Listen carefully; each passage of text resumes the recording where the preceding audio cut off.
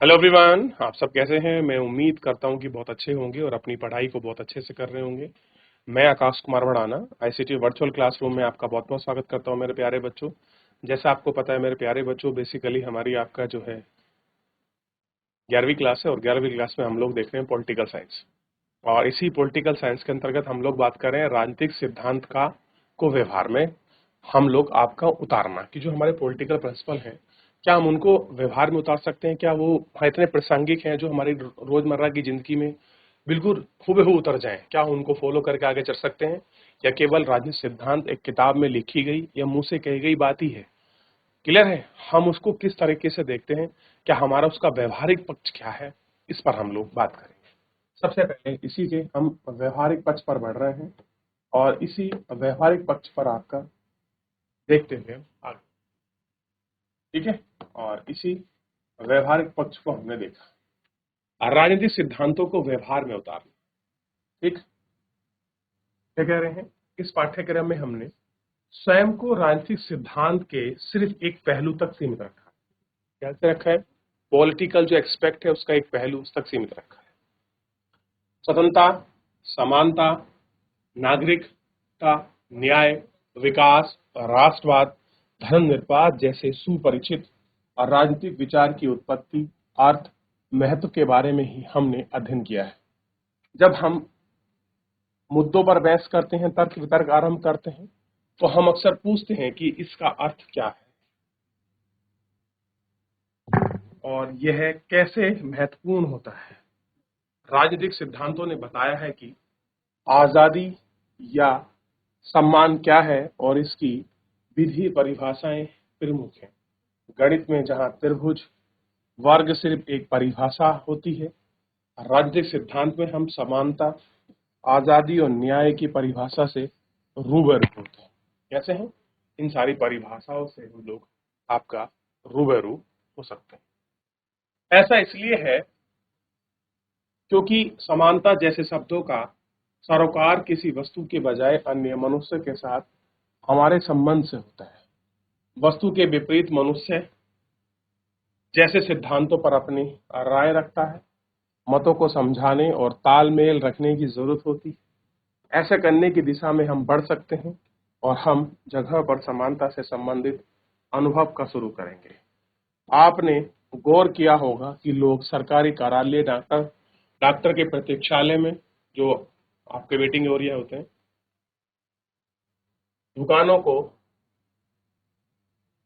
दुकानों में कतार में तोड़कर आगे बढ़ते हैं। कई बार ऐसा करने पर पंक्ति में पीछे जाने वाले के लिए कहा जाता है। आप देखते हैं कि कोई व्यक्ति लाइन तोड़कर आगे चला जाता है, बोलते भी हैं ऐसा क्यों। तो हमें खुशी होती है, कई बार वे आगे निकल जाते हैं, हम ठाठ महसूस करते हैं और आपका विरोध करते हैं, क्योंकि हम जिनके लिए भुगतान करते हैं उनके सामने सुविधाजनक और असमान होना चाहिए। सबके लिए हम अपने अनुभवों का ध्यान दें। हम समझते हैं कि समानता का अर्थ सभी के लिए समान अवसर, फिर भी वृद्धों और विकलांगों को अलग काउंटर हो जाता है और समझते हैं कि उनके साथ क्या विशेष बर्ताव, क्या नियोजित है। कैसा है? क्या विशेष बर्ताव और क्या आपका नियोजित है। लेकिन हम प्रतिदिन यह भी देख सकते हैं कि बहुत से गरीब लोग दुनिया या चिकित्सा के पास इसलिए नहीं जा सकते हैं क्योंकि उनके पास सामान या सुविधा की कीमत चुकाने के लिए रुपए नहीं। आप किसी अच्छे प्राइवेट डॉक्टर पर क्यों नहीं जाते? क्योंकि उसकी फीस महंगी है। आप अगर इवन फीस चुका भी दें तो शायद आप उसकी दवाई ना खरीद पाए, या आपके पास फीस के लिए आपके पास पैसे ही ना हो। ठीक है, इसमें कुछ लोग दैनिक मजदूर होते हैं जो घंटों पत्थरों को काट कर ईंट पत्थर आदि के संवेदनशील हैं, महसूस करते हैं कि यह अनुचित है। समाज में कुछ सदस्यों को बुनियादी जरूरतें भी पूरा ना हो। हम इस अनुभव से गुजरते हैं कि समानता में किसी न किसी प्रकार की निष्पक्ष बरती जानी चाहिए ताकि लोग अनुचित रूप से आपका शोषित ना हो और आर्थिक कारकों की वजह से प्रतिदिन प्रतिकूल पर विनाश ना हो। ठीक, तो ये सारी चीजें हम इसमें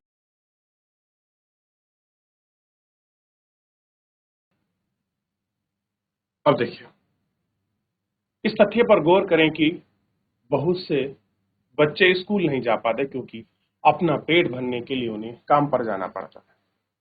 इस तरह अधिक संख्या लड़कियों को स्कूल से इसलिए हटा दिया जाता है कि माँ बाप काम कर जाने के दौरान छोटे बहन भाई की देखभाल करनी पड़ती है। तो छोटे भाई बहनों की देखभाल करनी पड़ती है। भारतीय संविधान में सभी को प्राथमिक शिक्षा पाने की अधिकार की गारंटी है। ऐसा है, सभी को आपका प्राथमिक अधिकार में शिक्षा पाने की गारंटी है। लेकिन यह अधिकार मात्र औपचारिक बनकर रह जाएगा। हम महसूस कर सकते हैं ऐसे बच्चे उन माँ और बाप के लिए सरकार को कुछ ज्यादा ही करने चाहिए ताकि वो वसूल सके। इस प्रकार आप देख सकते हैं कि समानता के बारे में हमारे विचार काफी जटिल है। हम पंक्तिबद्ध होते हैं या खेल के मैदान में होते हैं, हम समान अवसर चाहते हैं कि हम किसी अक्षमता के शिकार होते हैं तो हम चाहते हैं कि विशेष प्रावधान किया जाए, लेकिन हम बुनियादी जरूरतों को भी पूरा नहीं कर पाते। तब समान अवसर मिलना ही नहीं पर्याप्त नहीं। स्कूल जाना या संसाधन, रोजगार, अच्छा वेतन, रियायती आदि सुनिश्चित बंटवारा जैसा अग्रणीय उपाय की सहायता से सामर्थ्य बन जाए। अर्थ यह है कि निष्पक्षता और सुनिश्चित करने के लिए किसी एजेंसी को जिम्मेवार जरूर नहीं। कैसा है? जिम्मेवार नहीं। क्लियर है कि कोई एजेंसी है तो आप उसको आप रिस्पॉन्सिबल नहीं ठहरा सकते। ये सारी चीजें उपाय को देखा गया। इस प्रकार हमारे पास समानता के अनेक परिभाषाएं होने की वजह से यह समानता प्रासंगिक पर निर्भर करती है। देखिए, हमारे पास हम समानता की बहुत सारी परिभाषाएं हैं। डिपेंड क्या करता है, वो किस प्रसंग पर निर्भर करती है। ठीक है, जैसे बहुत बार आदमी की समय की स्थिति के साथ प्राथमिकताएं चेंज हो सकती हैं। और जैसे आप 9th में चैप्टर पढ़ोगे कि बांध किसी के लिए डेवलपमेंट है तो किसी के लिए विनाश बन सकता है। तो समय परिस्थिति के अनुसार, व्यक्ति के अनुसार हर की प्राथमिकताएं अलग अलग है। तो यहाँ भी समानता प्रसंग के आधार पर निर्भर करती है। ठीक है, हम उसके अर्थ को शुरू करें जो स्वयं हमारे लिए है और फिर इसका विस्तार गरीब, वंचित, बूढ़े आदि बाकी लोगों के लिए किया जाता है। हमने अर्थ में कई परतें खोली हैं। हम पूर्ण रूप से समझे बगैर राजनीतिक सिद्धांत अर्थ की पूरी परतें खोली नहीं है और हम चीजों गढ़ने लगते हैं। मान लीजिए ऐसा होगा, ये हुआ है, वो हुआ है, लेकिन रियलिटी में अगर हम चीजों को स्टेप बाय स्टेप देखें कि आखिर में ये पर्दा क्यों है, तो चीजें हमारे सामने निकलेंगी। क्लियर है? ये हम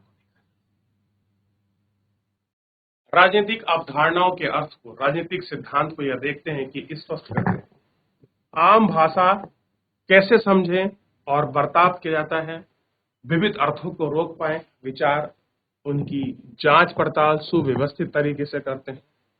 अवसर की समानता कब पर्याप्त है, कब लोग विशेष बर्ताव की जरूरत है, ऐसा विशेष बर्ताव कब तक और किस हद तक किया जाना चाहिए कि गरीब बच्चों को स्कूल में बन रहे बन बने रहने के लिए प्रोत्साहन करने हेतु दोपहर का भोजन दिया गया। देखिए, बच्चों की स्कूल अटेंडेंस बढ़े इसके लिए लाया गया मिड डे मील योजना, जो आपका मध्यांतर भोजन के नाम से भी जाना जाती है। जो हमको खाना मिलता है दोपहर में, वो क्यों मिलता है? ताकि गरीब बच्चे स्कूल में उनकी कंटिन्यूटी बनी रहे। ये सब कुछ ऐसे प्रश्न हैं जिनमें वे मुताबिक होते हैं। आप देख सकते हैं कि ये मसले बिल्कुल व्यवहारिक हैं। शिक्षा और रोजगार के बारे में सार्वजनिक नीति तय करने का मार्ग प्रशस्त करते हैं। कैसा करते हैं? ये सारी नीतियों को तय करने का और करने का जो मार्ग है वो आपका प्रशस्त करते हैं। ठीक है, इस मार्ग को हम लोग आपका देखते हैं कि कैसा मार्ग है, क्यों आपका प्रशस्त कर रहे हैं, इन सब चीजों को हम लोग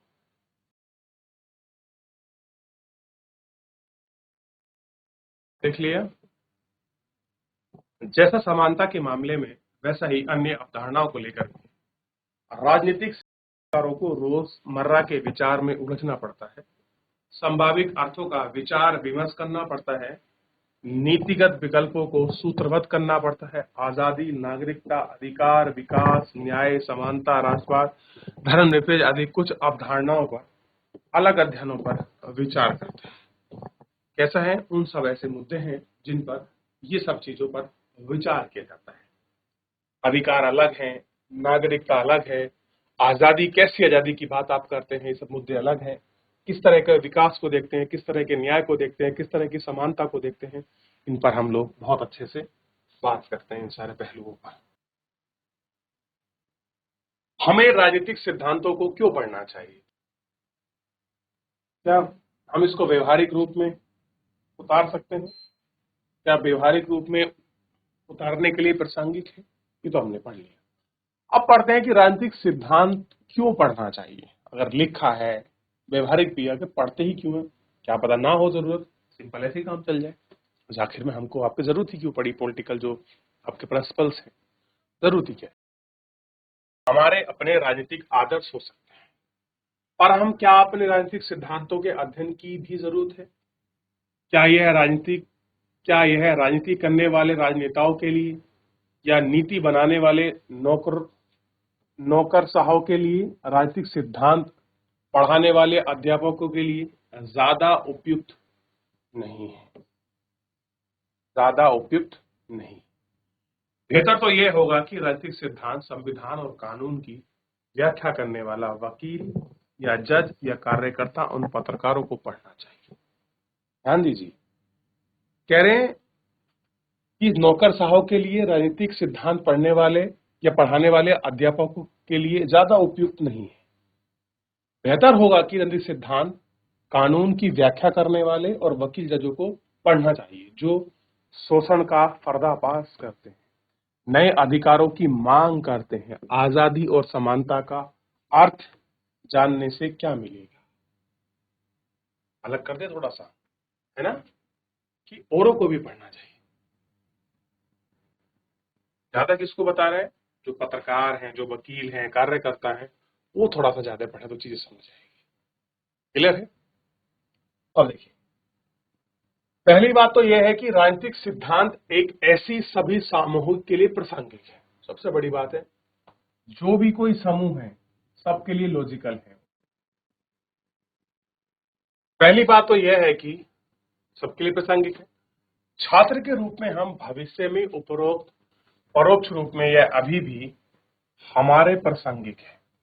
क्या हम गणित नहीं पढ़ाते हैं? जब हमने सभी से गणितज्ञ और इंजीनियर नहीं बनेंगे, क्या इसलिए नहीं है कि बुनियादी अंकगणित जीवन में समानता उपयोगी है?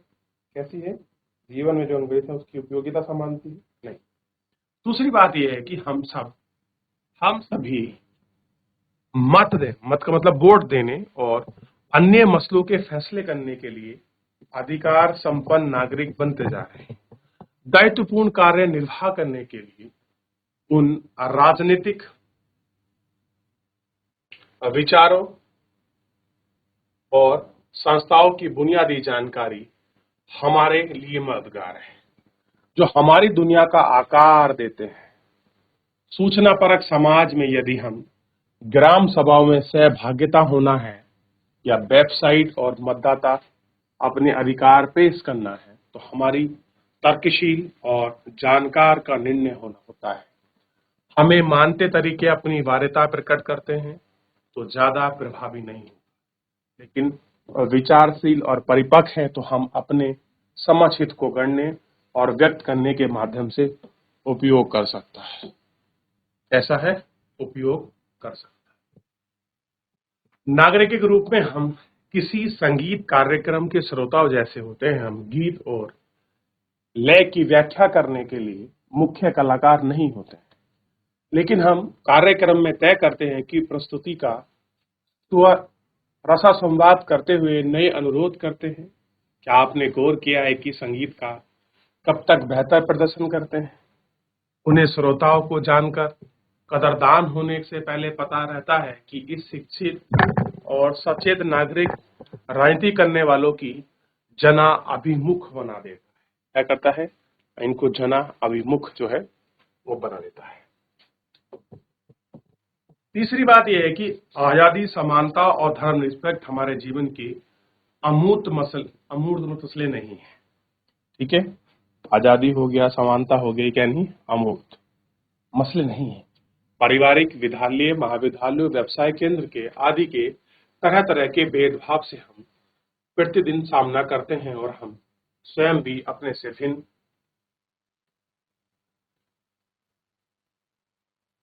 भिन्न लोगों के प्रति पूर्वाग्रह रखते हैं। कोई लोग हमको मिल जाए, पूर्वाग्रह का मतलब है किसी के प्रति पहले ही सोच बना लेना, उसको पूर्वाग्रह कहते हैं। चाहे वे अलग जाति का हो या अलग धर्म का, लिंग या वर्ग, यदि हम उत्पीड़न महसूस करते हैं तो हम पीड़ा का निवारक चाहते हैं और उसमें विलंब होता है। विलंब का मतलब देरी लगती है। अब हम महसूस करते हैं कि हिंसा, क्रांति उचित है। यदि हम विशेषाधिकार संपन्न हैं तो हम सम्मान के लिए संघर्ष कार्यरत नौकर और नौकरशाही के उत्पीड़न से इनकार कर देते हैं। क्या कर देते हैं? इनकार कर देते हैं। कभी कभी हमारे नौकर उसी व्यवहार के योग्य हैं जो उनके साथ हो रहा है। राजनीतिक सिद्धांत बस यही बात करता है कि हमें राजनीतिक चीजों के बारे में अपने विचार और भावनाओं का परीक्षण करने के लिए प्रोत्साहित करता है। थोड़ी अधिक सतर्कता देखने पर हम विचार और भावनाओं का उदारत है।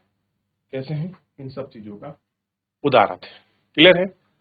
चलिए, तो इतना फिलहाल हम लोग आपका देख लेते हैं और बात करते हैं।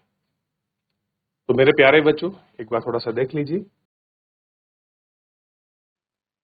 चलिए, तो आपने देख लिया मेरे प्यारे बच्चों। तो फिलहाल जो है आज के लेक्चर में इतना ही, क्योंकि व्यवहारिक क्यों है पॉलिटिकल सिद्धांत, तो पढ़ने की क्या जरूरत है, उसी क्रम में हम चल रहे हैं। बाकी शेष भाग हम लोग नेक्स्ट लेक्चर में करेंगे। एक बार घर जाकर पढ़िए, कोई डाउट बनता है तो नेक्स्ट लेक्चर में लेंगे। धन्यवाद।